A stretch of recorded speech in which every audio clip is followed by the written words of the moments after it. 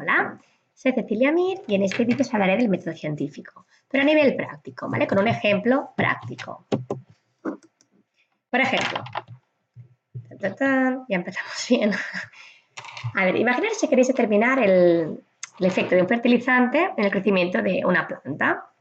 Que queréis crecer, pues aquí dicen en invernadero, pero lo podéis crecer en vuestra casa, en el laboratorio, donde queráis, ¿vale? Donde tengáis un sitio. Por lo tanto, el material que necesitáis es, primero, buscar este sitio, donde narices vais a hacer crecer las plantas. Segundo, decidir qué planta vas a hacer crecer. Imaginaros que os gustan las orquídeas, ¿vale? Y yo que sé, tienes unas semillas de orquídeas en tu casa, que las hago crecer primero, cuando más o menos tengan el mismo tamaño, empiezo el experimento. Necesitarás al menos unas 20. Claro, lo ideal serían 100. Pero tener 100 orquídeas en tu casa, pues es complicado. Con 20, 16, puedes hacer un experimento ya con cierta, o sea, válido, ¿vale?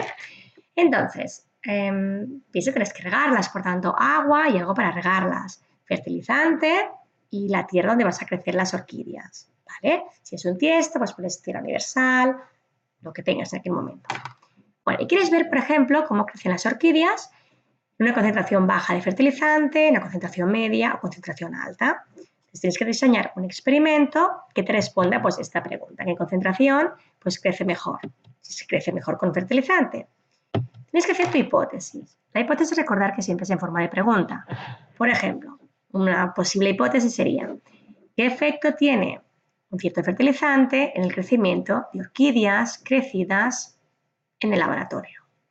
¿Vale? Tienes que hacer una predicción.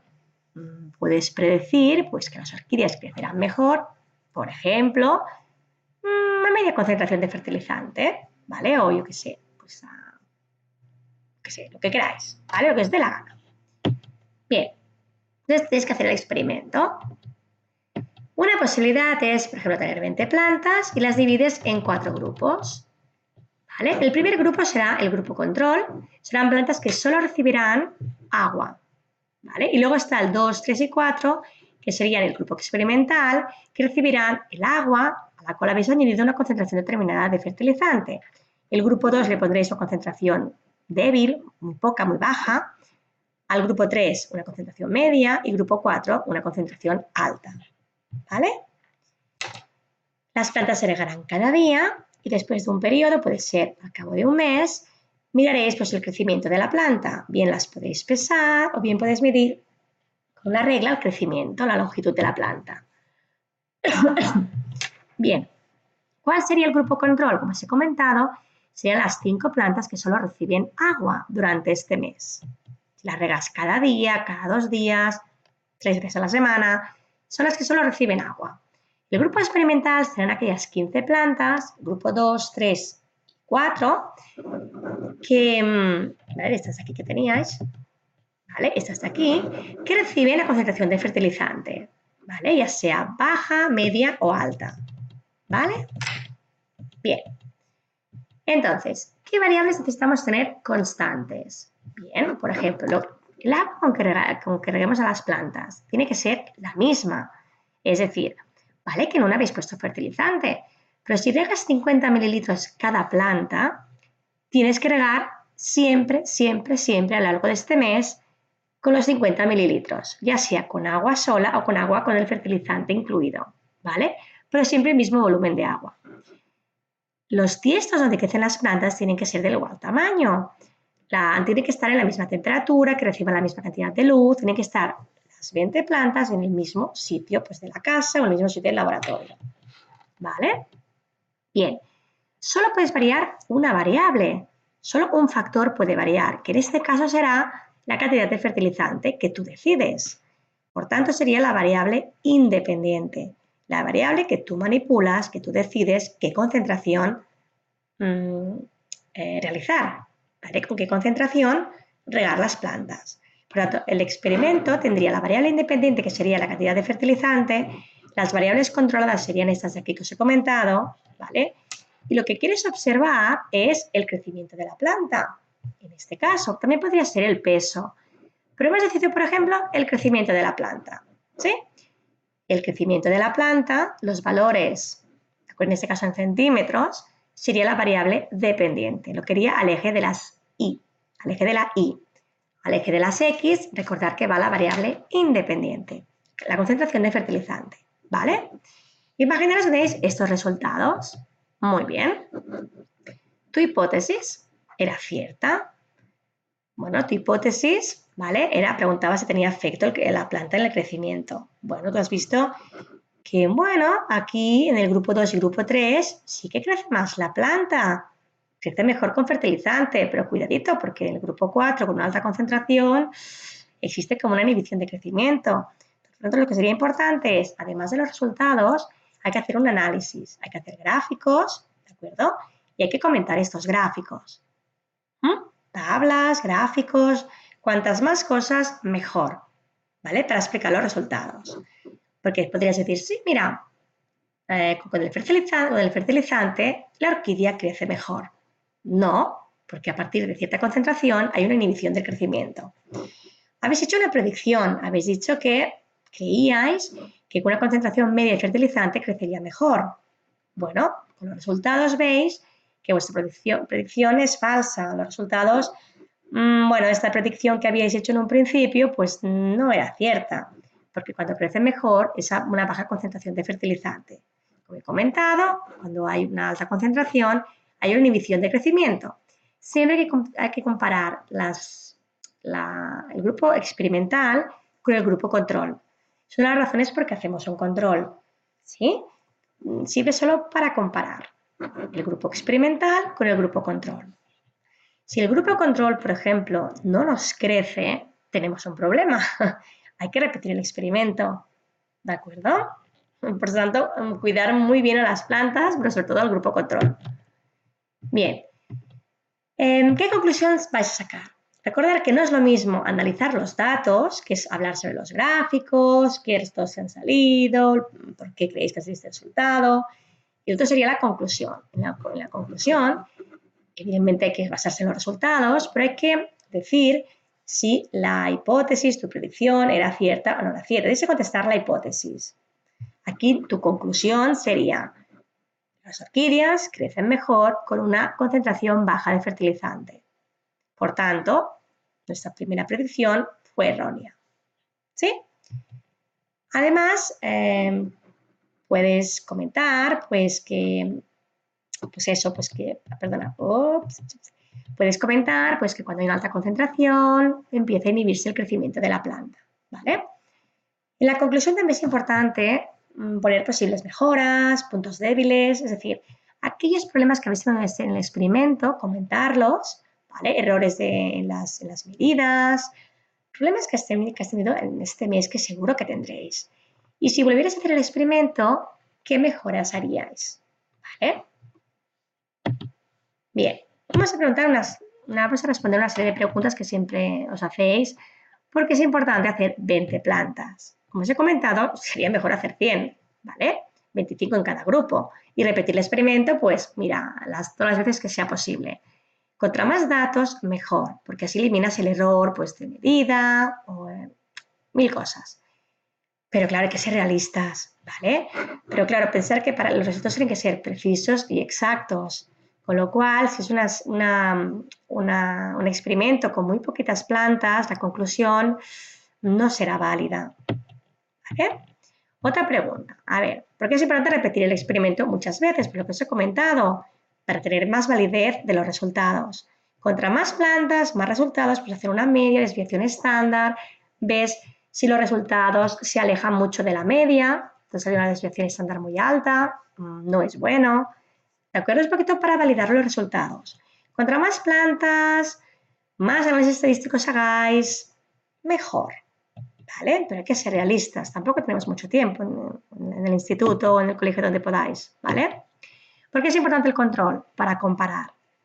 ¿Vale? Siempre hay que comparar el grupo experimental con el grupo control. Si queremos ver cómo afecta el crecimiento, cómo afecta un fertilizante al crecimiento de la planta, tenemos un control en el cual no hayamos puesto ningún fertilizante. ¿Vale? Simplemente a modo de comparación. Más preguntas. ¿Por qué es importante que sean los datos exactos? ¿Vale? Bueno, pues decimos que sean precisos, sea que aunque lo repites 10 veces siempre, más o menos sale lo mismo. Y que encima sean exactos, que se acerquen bastante al valor real. Eso es importante porque significa que otra persona hará el mismo experimento, le saldrá lo mismo. ¿Vale? ¿Sí? Por tanto, los resultados son más válidos. Bien, ¿qué diferencia hay entre la variable independiente y variable dependiente? Bien, como os he comentado, la variable independiente es la que el científico varía, la que manipula. En este caso sería la concentración de fertilizante. Tú decidirás qué concentración colocar de fertilizante. ¿Vale? La variable dependiente es lo que queremos observar. ¿Sí? En este caso, ¿qué será? El crecimiento de la planta o el aumento de biomasa si queréis pesar las plantas. ¿Vale? Todos los resultados que obtengáis del experimento serán la variable dependiente, que como os he dicho está en el eje de las Y, el eje de la Y, ¿vale? Mientras que la independiente va al eje de las X. Bien, más preguntas.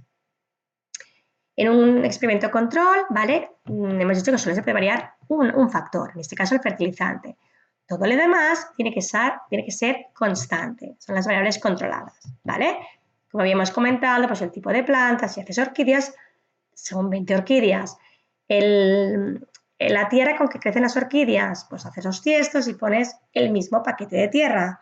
No vas a comprar una tierra orgánica en unas y otra tierra en otras. No sería válido el experimento, ¿vale? Porque habría más de un factor que ha variado. Bien, por tanto, para hacer así como a modo de conclusión, de resumen, haréis una en la report, cuando escribís el trabajo, en la introducción, tenéis que identificar el problema, es decir, es el propósito, el objetivo del trabajo, ¿vale? Tenéis que hacer un poquito de teoría, tenéis que buscar teorías sobre lo que hay sobre el tema, en este caso, pues la orquídea, hablar un poquito de la orquídea, el fertilizante, ¿vale? Un poquito de teoría. Y sobre todo, no os olvidéis de formular una hipótesis, ¿sí? Normalmente, si añadimos fertilizante en el suelo donde crece una planta, entonces crecerá mejor, ¿vale? O ¿cuál es el efecto del fertilizante en el crecimiento de la orquídea? Como queráis, en forma de pregunta, o sí, then, I sí, entonces, ¿vale? Bien, esto sería la introducción. Material y métodos. Aquí sería el experimento, el diseño del experimento. Primero hay que hacer un listado del material que has utilizado y por qué has utilizado este material, ¿vale? ¿Por qué la orquídea? ¿Por qué tierra universal orgánica, por ejemplo? ¿De acuerdo? ¿Dónde la has comprado y por qué has utilizado esta tierra y no otra? ¿Vale? En lugar de la casa donde decides tener las plantitas, ¿por qué este lugar y no otro? ¿Vale? La metodología, un poquito lo que has ido haciendo desde que empiezas el experimento hasta que lo acabas. La idea es que una persona, yo qué sé, un año más tarde, quiere hacer tu mismo experimento y siguiendo tu metodología lo puede realizar. ¿Vale? Tendrás unos resultados, ¿vale? Harás unos gráficos, unas tablas y discutirás estos resultados. Harás un análisis de estos resultados, ¿vale? Y a partir del análisis de estos resultados, puedes hacer una media, una selección estándar, esto es mínimo, ¿vale? Si haces un trabajo y además envergadura, pues puedes hacer una student en función del tipo de experimento, un análisis estadístico, ¿vale? Y con eso sacarás una conclusión. En la conclusión tiene que haber dos puntos básicos. Uno es decir si tu hipótesis, ¿vale? O sea, responder la pregunta y su predicción era cierta o no. Si tu hipótesis es cierta, pues tal como pensábamos, tal. O la hipótesis es errónea porque tal. ¿Vale? Eso es lo primero. Pero además es importante hablar de las posibles mejoras, puntos débiles que hemos tenido durante el experimento. Luego están las referencias, la bibliografía. Puedes añadir un apéndice, ¿vale? Con datos, por ejemplo, fotos a lo largo del mes de la orquídea, porque si los pones aquí en los resultados, en la metodología, a veces rompe un poco el hilo conductor.